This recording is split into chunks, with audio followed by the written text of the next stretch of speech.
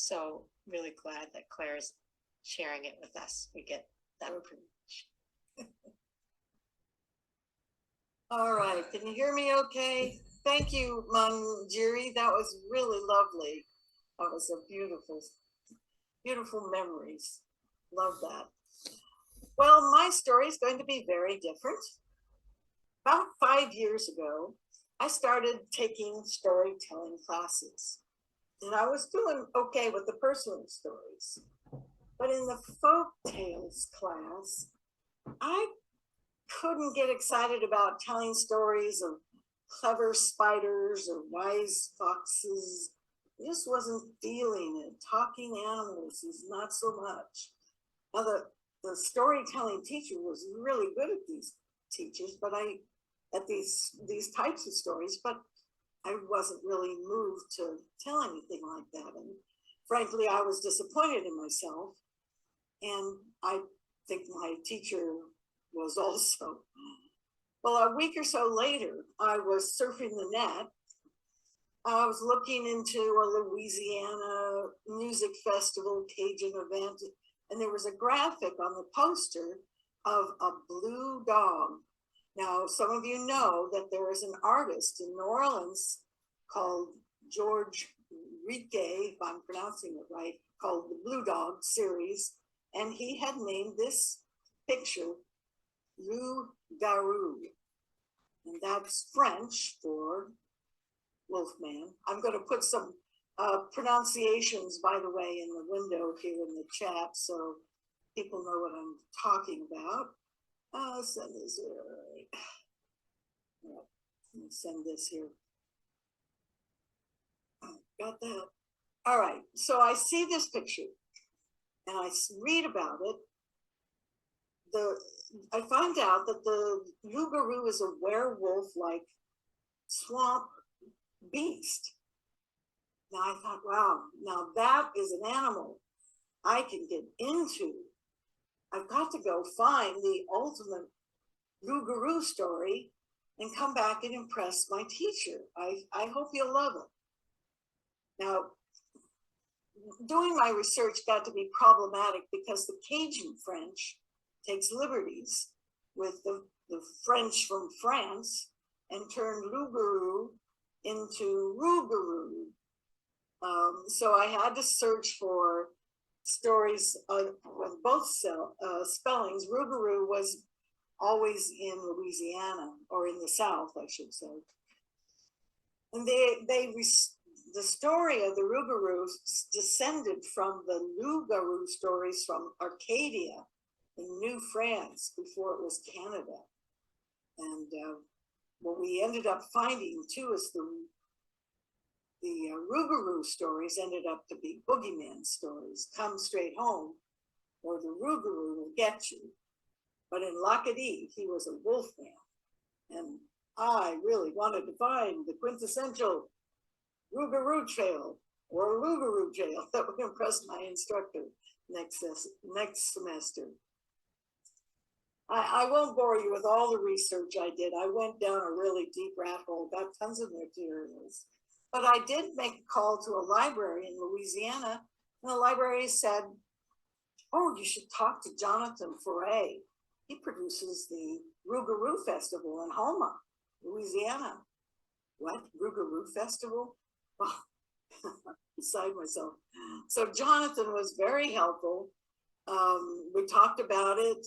He connected me with the woman in charge of storytelling there, and she gave me a time slot. So if I decided to come, I could tell a story. And I thought, oh, this is the place to find that story. Now, all along I'm down this rat hole, I've been talking about my Rougarou search with my friend and neighbor, Linda. Linda's my age, we're both retired. And I say to Linda, hey, what do you think about a trip to New Orleans in September with a side trip to Houma for the festival? She says, sure, I've got no life. Let's do it. So we planned this adventure for 3 days in New Orleans to, enjoy the food and the sights. And then we rented a car and went to Houma. Our hotels, just your typical quality inn, nice enough. Some guest had a dog that howled at night, but otherwise it was a good stay. We had made friends with a young woman at the desk. Her name's Diana.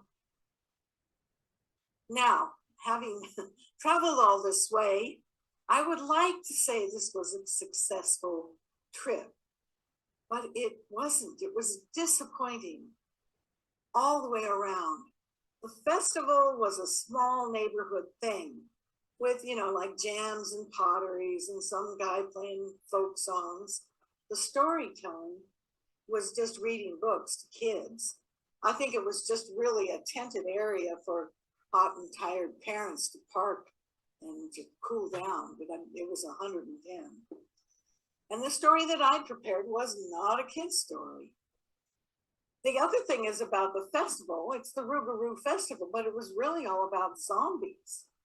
The latest craze of zombies had taken over, and there were not werewolves or Rougarous. And the big deal was a parade that they held at night, and everybody dressed up as zombies, doing the zombie thing. Well, that wasn't what I was looking for, but that would have been sort of interesting. However, a really strong storm was forecast, and even the parade was canceled. So, man, this was just, it was funny. It was becoming, it was just not working out. So Linda and I go back to the hotel, and we're talking how, we have a few drinks down at the little bar. We talked to Diane, our friendly front desk woman. Hey, Diane, I was looking for the Rougarou, but it doesn't seem to be here. Have you ever seen one? And she says, well, a lot of people have seen the Rougarou out on Bayou Sally Road. It's not too far, and there's still some daylight. She's serious. She was serious. She explained that Bayou Sally Road is one of the most haunted areas in Louisiana. She says there's a ghostly hitchhiker who will steal your soul if you pick him up. So people are warned. There's supposed to be spirits from the ancient Mi'kmaq Indian burial grounds nearby. You'll hear voices, and there's some abandoned slave quarters, and there are people been seen walking around in there. And finally, several people have seen a large wolf-like man, 7 feet tall, with extremely bright yellow eyes, run across the road. And it's just past the 1-lane bridge. So, Linda and I are both college educated people with careers in technology. We believe in this. Linda and I are joking on the way back to our room. The whole search for the story was a bust. But hey, it's not too far, and there's still some daylight. Now, Linda drives like a race car driver. Scares me a lot, but we always manage to live. And she gets the car keys and she checks the GPS, and we head down to Bayou Sally Road. Now, the area lacks street lights. It's, pretty rural, and it's windy because that storm is coming. And we're giggling now because we're just scaring ourselves. We're giggling. We thought we heard voices from the Indian burial ground, and it probably was just the wind. Yeah, and we get halfway down the 1-lane bridge, and we see this hippie walking down the bridge, and we're laughing. Oh no, it's the ghost hitchhiker! Don't stop! We're just, scaring ourselves. Now we get across the 1-lane bridge, and it gets very quiet and dark, and the wind stopped, and there's no street lights, and it looks pretty dark. And listen, Linda, it looks like another bust here. Let's go back. So Linda pulled over, make a U-turn, but she stopped a moment to look at her phone and do something. And I'm over on the passenger side and I'm hearing some rustling outside. I kind of, don't roll windows down anymore, but open the window and I hear it. Hey, do you hear that, Linda? What? No, forget about your phone. I saw something moving in the trees.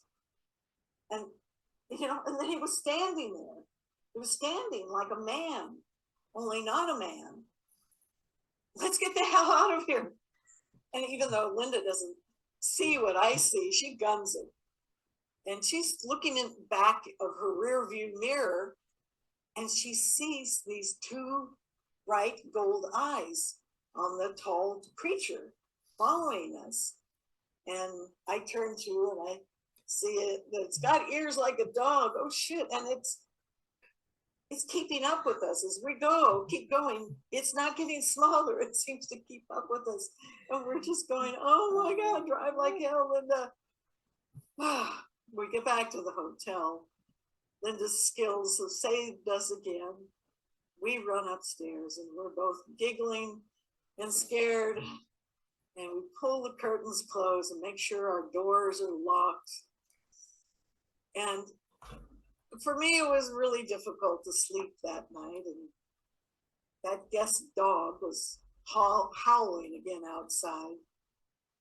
But I thought, wait, maybe our road trip to find the real Rougarou story wasn't such a bust after all.